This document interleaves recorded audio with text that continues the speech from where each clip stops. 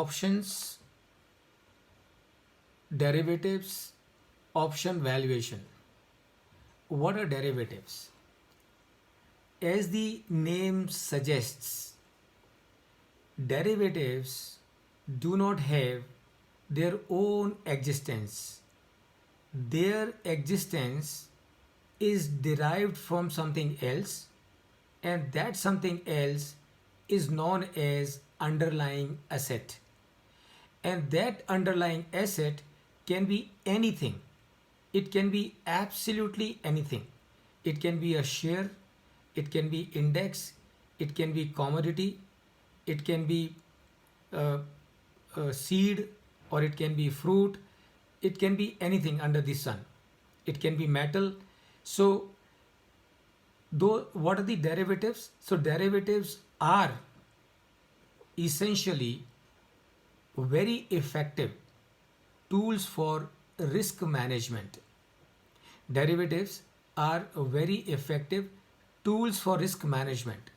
But if they are not used judiciously, if they are used for the purpose of making undue profit by being greedy, derivatives can be a weapon of mass destruction, as was told by Warren Buffett and as happened in 2008 in America through the mortgage crisis. So, derivatives, friends, are tools for risk management. I, as a professional, would always feel that the derivatives should be used only for the risk purpose of risk management and not to be greedy and try to make undue profit. And that's where you are caught. And when you are caught, you not only go down, but you also take the entire economy of the world with you. And that is what exactly happened in 2008 in America. And I'm sure Lehman Brothers, all of you would remember, was a bank that was in existence for more than 100 years. Because of misuse or abuse of derivatives, the crisis of mortgage crisis happened. As a result of that, Lehman Brothers got completely wiped off. So derivatives must be used only for the purpose of risk management. What are the types of derivatives? So, derivatives can be of any number of types, but then broadly, we can say forwards, future, options, and swaps. So, what is a forward? I'll give you a very simple example. There is a company called Kellogg, and there is a farmer. Farmer is growing corn, and Kellogg is in the business of making cornflake out of the corn. So, the business of Kellogg is dependent on the produce of the farmer, and life of the farmer is dependent on Kellogg. If farmer does not supply corn to Kellogg, Kellogg will become bankrupt. If Kellogg does not purchase corn from the farmer, farmer will famish because he will have no money. So both of them are dependent on each other and both of them have a risk. So what is the risk that Kellogg has? Kellogg has the risk that tomorrow at the time of crop, if the farmer does not sell it to him, he will have no raw material and therefore he will not be able to produce anything. And if he is not able to produce anything, his company will close down. So he wants to ensure that he has got continued supply of corn with him from the farmer. Farmer, when he produces, he also understands it very well. If his crop is not sold and if he does not get money, how will he sustain his family? And therefore, he also wants to ensure continued supply of cash from the buyer of the corn. So, what both of them do, both of them sign a contract, and that is known as forward. And what contract they sign? They sign a contract where the farmer takes an obligation to supply the crop when it is harvested to Kellogg. In return, he will get payment for that crop as per the agreed terms. So remember, in case of forward, you have a right and you also have an obligation. Same is the case with the Kellogg. Kellogg, when it signs the forward contract, has an obligation. What obligation? That he has to purchase. What obligation? What right he has? The right that he has is to purchase the corn from the farmer. What obligation he has? He has the obligation to pay to him when he purchases it actually. So please remember, in case of forward, both the parties have rights, both the parties have obligation, and you call it as a forward because this is a contract which is executed in future, and that is the reason why this contract is called as forward. Then you have something known as future. So please understand, future and forwards are no different, except forwards are customized, futures are, sorry, the forwards are customized or customized, and futures are standardized. So all the futures that you see on different scripts, different shares on NSE or BSE, all those futures are nothing but forwards only. The only thing is they are standardized. Forward is customized. Futures are traded on a stock exchange. Forwards are signed OTC, over the counter. Kellogg and farmer will sit across a table and they will sign the contracts. Otherwise, in case of future and in case of forward, in both the cases, both of them have rights and both of them have obligations. So, what the farmer can do, farmer can sign a forward contract with the Kellogg to safeguard himself. Likewise, Kellogg can sign a forward contract with the farmer to safeguard themselves. Alternatively, they can also buy a future in corn, right? They can also buy a future. They can also buy a future in corn. So the farmer will sell a future and Kellogg will purchase a future on a commodity exchange. So that is the second thing that they can do to safeguard themselves. But there is a problem in case of forward. There is a problem in case of future. What is the problem? The problem is, let's look at from the perspective of farmer. Farmer signs a forward contract or sells a future on the commodity exchange, anticipating that, or with an objective to freeze his price at certain level. Unfortunately for him, in the market, in the spot market, the corn price on the date on which the agreement was to be executed or the supply was to be done, the market price has gone up. So what is the risk that farmer is going to suffer? The farmer is going to suffer if he would not have signed forward contract, if he would not have taken a future, if he would not have sold a future on the stock, on the commodities exchange, he would not have bound himself, and that means he would have been free to sell the corn in the spot market at much higher price. And I'm sure you can also visualize the same thing from the perspective of the Kellogg also. So what is the via media? Because ultimately derivatives are to be used for the purpose of risk management. So what is the via media? The via media is, farmer does not sign a forward contract, nor does he sells future on commodities exchange. Instead of that, what he can do, he can buy a put option. He can buy a put option on the commodities exchange in corn as a commodity. Remember, what is a put option? Put option is a right to sell. Right to sell at a prefixed strike price or exercise price.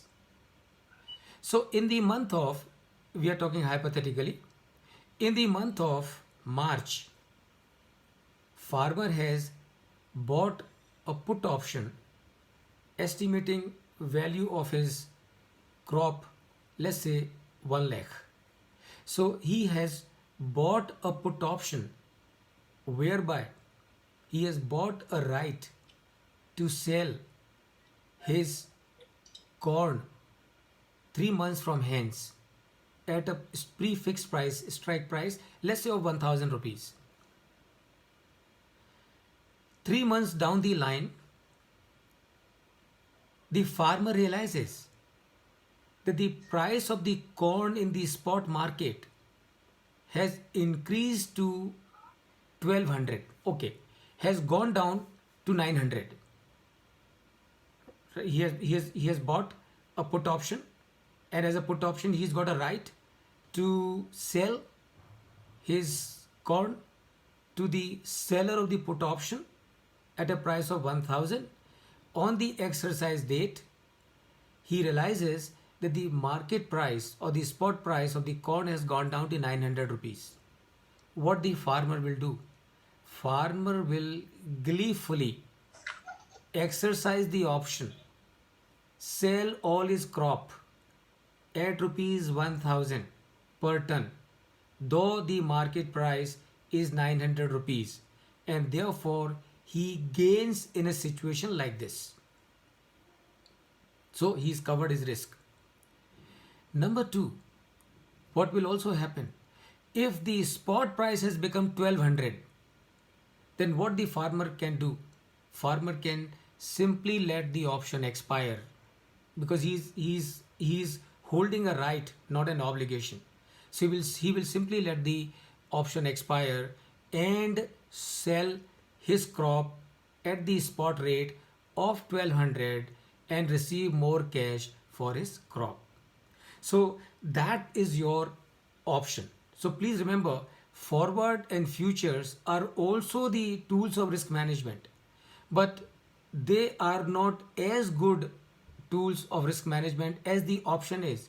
And why is that so? Because in case of forward, in case of future, the holder of the option not only has a right but also has an obligation. In case of option, you only have a right. Therefore, please also remember, since in case of option you only have a right, you have to pay a premium. In case of forward or in case of future, you do not have to pay a premium, because both the parties have the rights and both the parties have obligation, and therefore there is no need to pay any premium for entering into a forward contract or for entering into a future contract. In case of an option, of course, you have to pay premium. So in this case, the example that we discussed, the farmer will have to pay premium, right? And that is the price of purchasing the option. So tomorrow, if the price has gone down to 900, right? So he would be able to still sell it at 1000. If the price has gone over 1000, then what he will do? He will let the put option expire. His only loss is the premium that he has paid, but he is going to get 200 rupees more for every ton of corn that he will sell. Swaps. So there is a fourth type of derivative, and that is known as swaps. So what is swap? Swap is an arrangement between two parties where they exchange obligations with each other. Just to explain it to you in a very simple way, uh, remember, the rates of interest for the borrowers are decided by the lenders based on the credit rating of the borrower, and therefore a strong borrower, a borrower with very strong financials, would be able to borrow at, or would like to borrow at a floating rate of interest, because floating rate of interest is going to be cheaper than the fixed rate of interest. But a borrower who is not strong would like to borrow at a fixed rate of interest and not at the floating rate of interest, because if he's borrowing at the floating rate of interest, he is exposing himself to a risk in case the rate of interest go up. So when he is borrowing at the fixed rate of interest, he is paying higher rate than what he would have paid otherwise on the floating basis, but then he is getting exposed to himself. So now, what these two borrowers can do, the both of them can enter into an arrangement and work out the mathematics and find out as to if the strong borrower, instead of borrowing at the floating rate, if he goes for the fixed rate, and the weak borrower, instead of going for the fixed rate, goes for floating, and in turn they swap these obligations. And remember, they swap the obligations, meaning what? They only swap the resultant cash flow. They would find out that there is a synergy that they can share, and that is what is your swaps. Hedging, remember, is a process of covering one's risk with the use of derivatives or otherwise. So many times people get confused about hedging, and they think hedging is also some kind of a product. Please remember, hedging is not a product. Hedging is only the process of covering your risk. So I am hedging means what? I am covering my risk using different derivative products or otherwise. So what are the options? I think I have explained to you already with the help of example. And what is purpose of any business? Please remember, and this is what is very important for we valuation professional. Purpose of a business is twofold. Purpose of a business anywhere in the world is twofold. Number one is to create value, and number two is to do the risk management. And there have been cases in the history where if your focus is only on value creation and you ignore risk management, then you can risk the existence of the entire business. Kodak was a company, was extremely doing well, was the leaders as far as the cameras were concerned, as far as the photography was concerned. But they did not focus on the risk management, and therefore today they are out. They are completely closed. So that is what we need to remember. The purpose of any business is to do the value creation and risk management, and for risk management, use the derivatives. So there are many forms of derivatives as I've explained to you. So you got a forwards, you got a futures, you got options, and you got a swaps. And option, of course, is one of them. So types and styles of options. So as I said, call option and the put option. And friends, this is where I would like all of you to be more alert, because this is where the confusion happens. So a call option, there can be a long call and there can be a short call. And this is where we start, when we're reading about, we tend to get confused. So long call, now if you look at the meaning of long call literally, you start wondering that somebody is making a long call, right? So something is long, and short call, something is short. Now, please remember, this long call here or short call here has got nothing to do with the length of the transaction that you are doing. Long call simply means you have a bought position, and short call simply means you have a sold position. So when you are buying a call option, you are long. Let's say you are buying a call option on Maruti. So one would say you are long on Maruti. So when someone is saying you are long on Maruti, when someone is saying I am long on Maruti, it means he is saying that I have bought call options on Maruti. If someone is saying I am short on Maruti, that means he is saying that I have sold call options on Maruti. So that is long call and short call. Same is the case with the put option and the long put option. So long put and short put. Long put meaning what? I have bought the put options, and short put means what? I have sold put option, and that is how you must remember and understand and remember. So what are the features of options? Number one, it is a strike price. So whenever you are purchasing, when you are buying or selling an option, it will have a strike price. Strike price is the price at which the final transaction will need to be executed, if it is to be executed. And then it has a premium. So, and the person who is buying the put option or call option, he has to pay premium. So premium is a cost for the buyer of the option, and it is a profit for the seller of the option. But remember, in case of option, the profit potential of buyer of the option is unlimited, and the profit potential of seller of option is limited to the amount of premium that he is earning on selling that option. Whereas the loss potential for the buyer of the option is limited to the amount of premium that he is paying.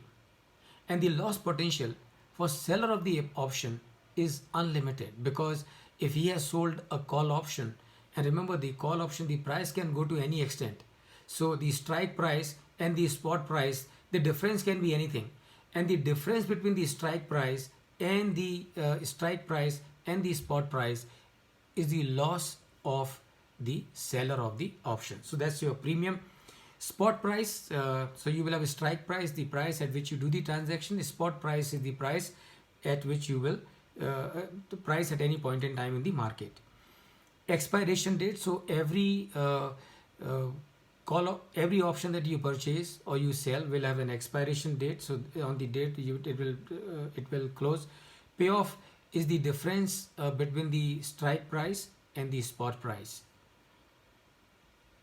Parties to options, of course there are only two parties to options. So one is buyer of the option and second is the seller of the option. Then there are styles of options. So there are two styles of options. One is known as European options and second is known as American options. So, and please remember, this style of option has got nothing to do with the options which are in Europe or options which are in America. It has got nothing to. It's not that the options in America are called American options and options in Europe are called the European options. No, it has got nothing to do with that.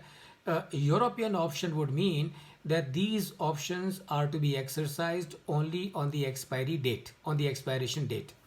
American option would mean that they can be exercised any time before the expiry date. So that is the difference between the European option and American option.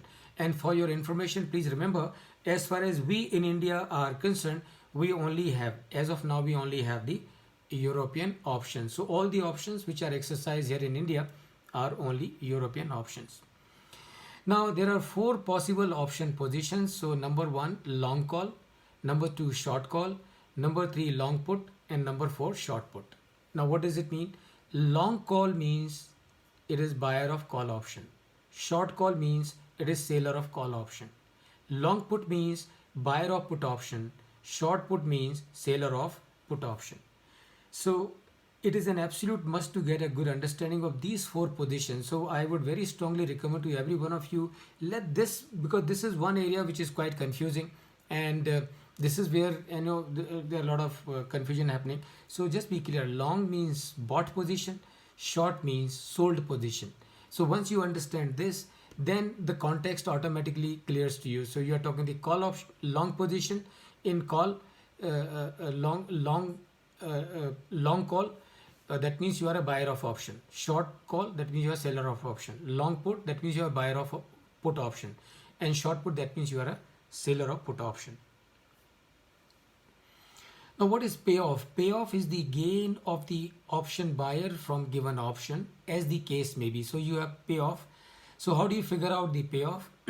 This is how you will figure out the payoff. Payoff on call option is equal to spot price minus the strike price. So you are a buyer of a call option. Strike price was 100 rupees. Spot price on the date of expiry, on the expiration date, is 120. So your payoff is 120 minus 100. So that means you would be that means you will stand to get 100 was your strike price, and 120 is your spot price. Which means what? Which means you have a right to purchase at 100 rupees because you hold a call option. Since the spot price is 120, you can sell this at 120 and you make a payoff of 20 rupees. Profit from call options, and this is what you must be aware. Payoff on call option and profit from call option are two different things. Payoff is difference between the spot price and the strike price. Profit from the call option is payoff on call option minus the option premium. So in this case, that example which I have given to you, my strike price is 100 rupees, my spot price is 120 rupees, and I have paid a premium of 2 rupees. So spot price is 120, strike price is 100, which means the difference is 20, which is my payoff. I have paid a premium of rupees 2, so 20 minus 2 18 is my profit. So please remember, the payoff and the profit on a call option are two different things. Payoff on a put option is going to be the other way around, because in case of put option, what you do not buy a right to purchase, but you buy a right to sell. So which means put option will be in your favor if the if the strike price is more than the spot price. So let's say you have bought a put option, and you bought a put option with a strike price of 200 rupees, and the spot price is 180 rupees. So 200 minus 180, 20 rupees becomes your payoff, and 20 rupees becomes your payoff, minus the premium of 2 rupees that you have paid, that becomes your cost. So 20 minus 20 of payoff minus 2 rupees of the premium, 18 rupees becomes your profit. So this is how you will calculate the payoff and the profit in case of put option. Call option, long call, इसका मतलब क्या है? इसका मतलब यह है कि call option खरीदा है. सो व्हेन यू से long call, that means I have purchased a call option, I have bought a call option. Example of a call option on a stock. So let me explain to you how does it work. And I think it's very simple and interesting also. X has bought a call option from Y of 1000 shares of Wipro at rupees 750 per share, to be exercised on or before 26th May 2021. I mean, okay, so now not to worry about the date. So what does it mean? It means X has a right to purchase 1000 shares of Wipro at rupees 750 anytime before 26 May 2021 from Mr. Y. It means X has a call option in Wipro, therefore has a right to buy Wipro at rupees 750 from Y on or before 26 May 2021. Y, the seller of this option, has an obligation to sell 1000 shares of Wipro at rupees 750 to X whenever asked by X on or before 26th May 21.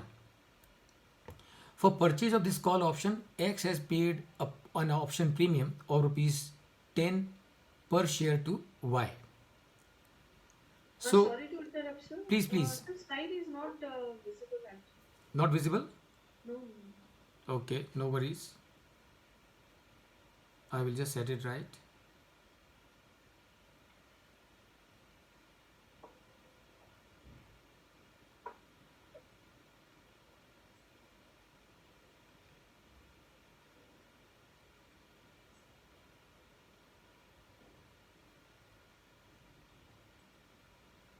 Is it visible now?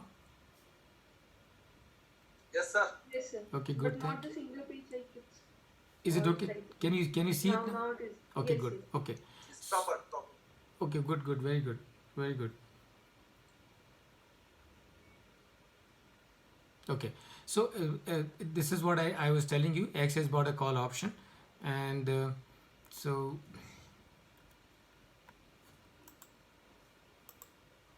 Y, the seller of this option, has an obligation to sell 1000 shares of Wipro at rupees 750 to X whenever asked by X on or before 26 May 21. For purchase of this call option, X has paid an option premium of rupees 10. As we know that whenever the buyer has to pay premium to the seller of the option. So here X is the buyer of the call option and Y is the seller of the same. X has long position and Y has short position. Now my question to all of you, what should X do if the spot price of Wipro on 26th May is rupees 800? What should he do? Everyone.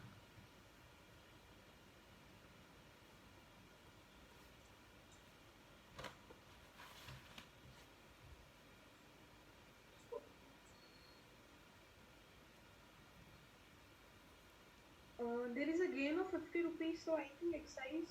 Absolutely. Perfect. Okay, very good. How much will be his payoff and profit in case X decides to exercise the call option? 40 rupees. Yes, Deepak. 40 rupees. Okay, very good. Risky. So his payoff is going to be 50 rupees and his profit is going to be 40 rupees. 40 rupees. Perfect. Perfect. What should he do if the spot price on 26th May is just rupees 700? 60 loss. How much is Doesn't loss? do anything. He don't need to do anything. It's the option only, na? Yeah, correct. So he doesn't have to do anything in any case. So he can let the option simply expire. And please remember, uh, in case of an option, for letting it expire, you do not have to do anything.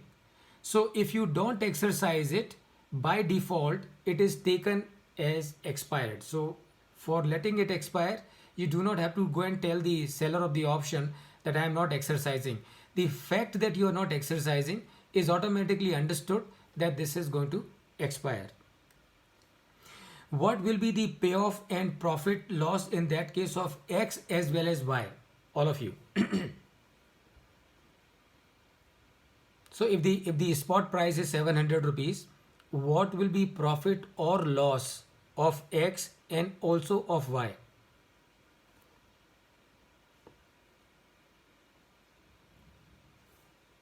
10 rupees premium loss. 10 rupees premium loss for Yeah. X. And what about Y? Yeah. Premium benefit. Correct. 10 rupees. So one man's loss is another man's profit. Profit. So what X is losing of premium, Y is gaining that premium. So that is all, right? That is all. Okay, very good. So this is an example of call option on a stock. Now let's look at the payoff on a call option. So this is graphically I'm just trying to explain to you. So this line that you have here, are you able to see my cursor on your screen? Yes, sir. Okay, good. Yes, sir. Good, good, very good. So see, this is the spot price line of the underlying price. Okay. Now this is the strike price. That means at this price, the call option is being bought. At this price, the call option is being bought, and paying a premium, and this is the amount of premium that he is paying. Right. So this is the amount of premium that the buyer of the call option is paying to the seller. So much is the amount which is being paid, and this is the strike price, right? Okay. So what is going to be payoff of the buyer of the option? So as the price increases, right? So this is the spot price. So from here the price increases to this point. That means what? That means from here to here is equal to the amount of premium that he has paid. So that means at this point it is a break even point. So which means what? Which means if the holder of the option, if he exercises the option here, right, at this price, then he will break even. That means he will neither gain nor profit. But if the spot price keep on increasing as it is going here, this is the increase in the spot price. So this whole area is going to be his payoff. Are you with me, everyone? Yes. So as the price goes up, and this is his payoff line. So this is what is going to be his net payoff, right? This is going to be what is net payoff. And please remember, the profit of the buyer of the option is loss of the seller of the option. Are you all with me? Profit of the buyer of the option is loss of the seller of the option. So this is how it is. So if the spot price is less than strike price, you will lose what the premium that you paid for buying the call and nothing else. Let's take another example of short call, writing of a call option. Or maybe what we can do, we can take an example of buying a put option. So now we take an example of put option. X has bought a put option from Y to sell 500 shares, and please remember, call option means right to purchase, put option means right to sell, but both are rights. X has bought a put option from Y to sell 500 shares of Tata Motors at rupees 400 per share to him on or before 26th May. So that is the right to sell the Tata Motor share which X has bought from the right that he has bought from Y. It means X is a put option buyer in Tata Motors and has a right to sell Tata Motors at rupees 400 to buy. The put option seller on or before 26 May 2021. Why? The seller of this option has an obligation to buy 500 shares of Tata Motors at rupees 400 from X whenever asked by him on or before 26 May 2021. What should X do if the spot price of Tata Motors on 26th May is rupees 350? Everyone.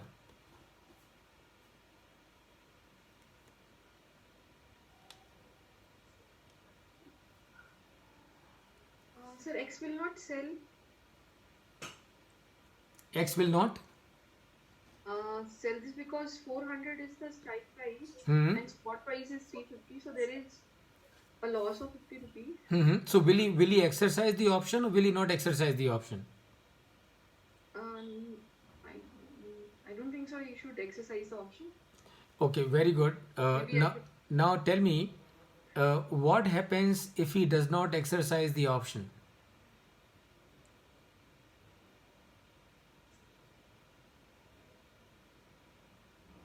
So remember, he will exercise the option.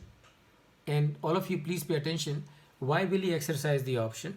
Because he has a right to sell Tata Motors at the rate of 400 per share on 26th May 2021. On 26th May 2021, what has happened to the spot price? Spot price has come down to 350 rupees. Meaning what? He will exercise the option, because if he exercises the option, he will be able to sell Tata Motors 500 shares to buy at rupees 400, and the same shares he can buy in the spot market at 350. Thereby make a gain, clear profit of payoff of 50 rupees, 25,000. 50 per share. 50 per share. Right? Okay. Very good. What will be the payoff and profit loss in that case for X as well as Y? Agar wo, 25,000. if he exercises, what is going to be the payoff of this buyer of the option and the seller of the option? 50 rupees. per share. Yeah. So payoff is going to be 50 rupees and profit is going to be 25,000. no profit, because he has he not paid some premium? No, as per this question. Okay, as per this question, no. Okay, so assume that he has paid a premium of 10 rupees. So you can say his profit is going to be 40 rupees per share, right? And remember, 40 rupees per share is going to be profit of X. That means 40 rupees per share is going to be loss of Why? Why? Y. So that is how it's going to be. What if the spot price is rupees 450 on 26th May? What should X do in such a case? He will not exercise the option. He will not exercise the option. And why he will not exercise the option? Because if he exercises the option, he will get 400 rupees per share. If he does not exercise the option and sell the shares in the spot market, he will get 450 rupees per share. And that is how he is going to make more profit. So friends, with this, it is only 6:01 in my watch, and I think we have had a wonderful session. Thank you so much to every one of you, and I will just share my contact details here in case you would like to make note of them. And so this is my The uh, PPT. yeah, okay. So those of you who would like to have a copy of this PPT, you can just send me a WhatsApp message, and then I will send it to you. And when I send it to you, please feel free to share with anyone that you like. And I will also, in case if you want, of course, you can go to YouTube and look at my YouTube channel. But in case if you would like me to share with you the playlist of about 380 videos on various aspects of valuation, you can just send me a WhatsApp message on the same number, and I will be happy to share that with you. So, friends, thank you so much for your very active participation, and wish you all the very best. And may you pass this exam in earliest of your options and do well as a valuation professional, not only for yourself but also for the entire economy. Thank you so much, and my thanks to RVO also, and wish you all the very best. Thank you.